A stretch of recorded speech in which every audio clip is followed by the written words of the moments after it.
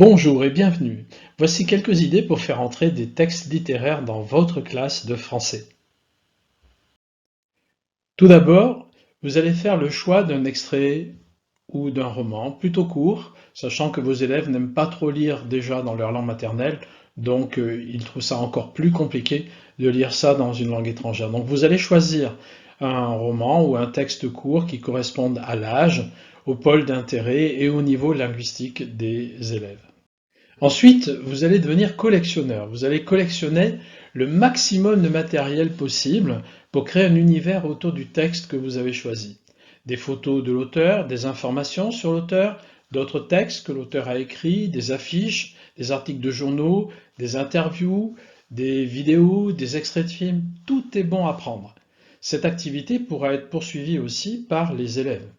Et puis, si vous avez le roman chez vous ou le texte original, eh bien, vous pourrez amener ce texte en classe pour rendre les choses encore plus tangibles pour les élèves.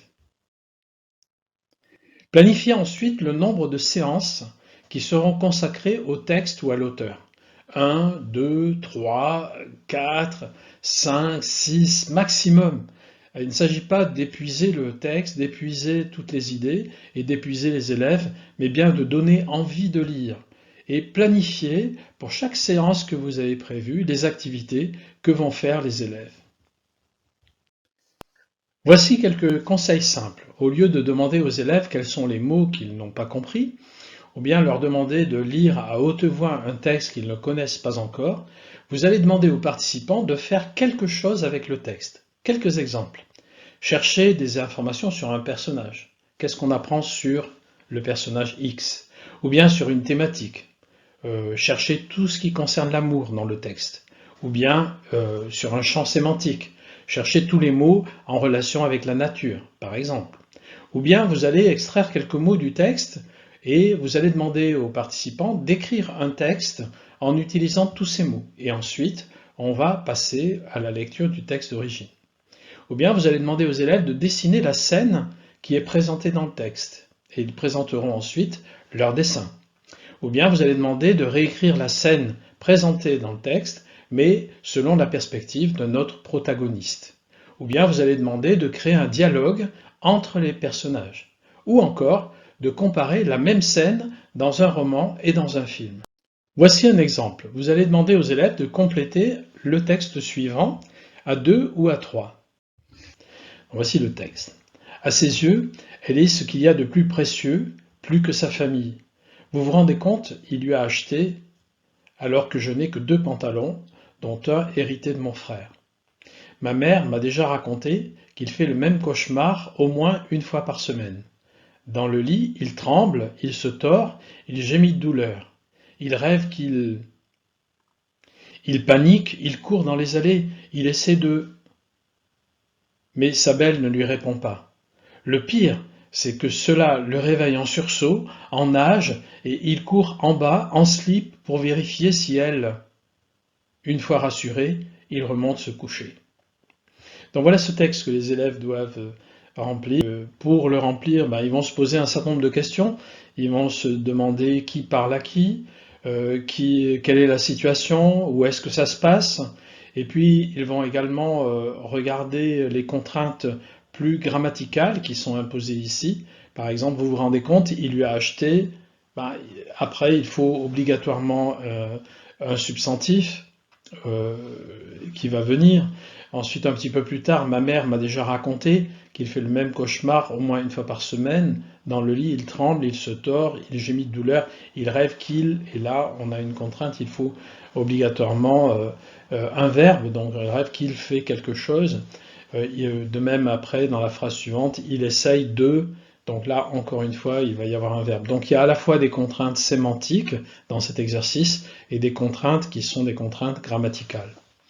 Ensuite, donc les élèves vont procéder à la mise en commun de leurs résultats et ils vont lire à haute voix en fait ce texte avec la remarque qu'ils vont changer de lecteur à chaque paragraphe de façon à ce que le maximum d'élèves puissent parler. Donc on aura, voici l'exemple, à ses yeux, elle est ce qu'il y a de plus précieux, plus que sa famille. Vous vous rendez compte, il lui a acheté une montre alors que je n'ai que 2 pantalons, dont un hérité de mon frère.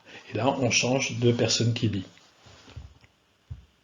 Et ensuite, donc, on va distribuer aux élèves le texte original écrit par l'auteur, avec quelques surprises, puisque en fait, dans ce texte, l'auteur parle d'une voiture. Hein. Donc, à ses yeux, elle est ce qu'il y a de plus précieux, plus que sa famille. Vous vous rendez compte, il lui a acheté 3 housses neuves pour protéger ses sièges, alors que je n'ai que 2 pantalons, dont un hérité de mon frère, etc. On va ensuite s'intéresser à l'auteur. Donc, il s'agit ici de Yamen Manaï, qui est né en 1980 à Tunis.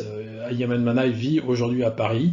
Il est ingénieur et il conduit donc à la fois sa carrière d'auteur et sa carrière professionnelle d'ingénieur simultanément. Il a publié plusieurs romans aux éditions Elisade, donc La Marche de l'incertitude en 2010, La Sérénade d'Ibrahim Santos en 2011, L'amas ardent qui a été récompensé par le prix des 5 continents, et puis en 2021, donc il a publié ce livre Bel Abîme, et il va le présenter, vous le présenter lui-même dans la séquence qui suit.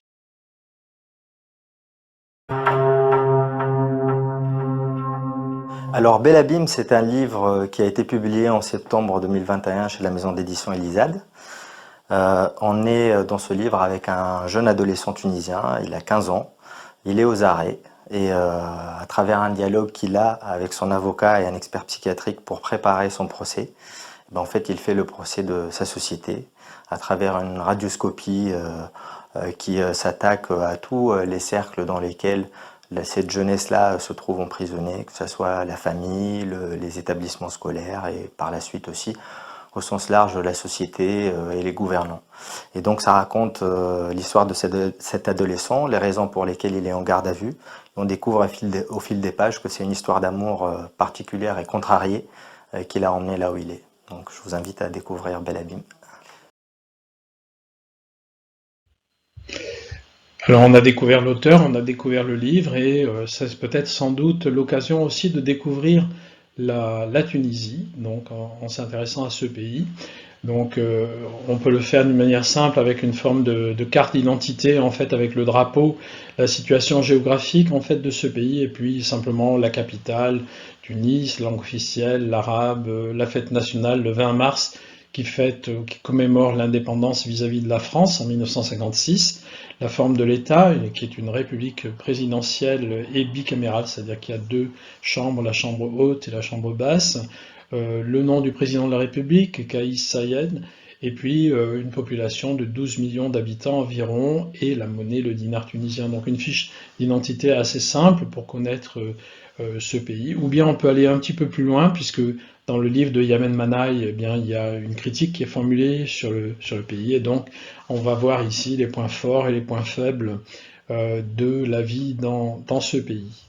Cette fiche également est disponible dans le dossier que j'ai préparé pour vous. Nous arrivons à la fin de cette séance.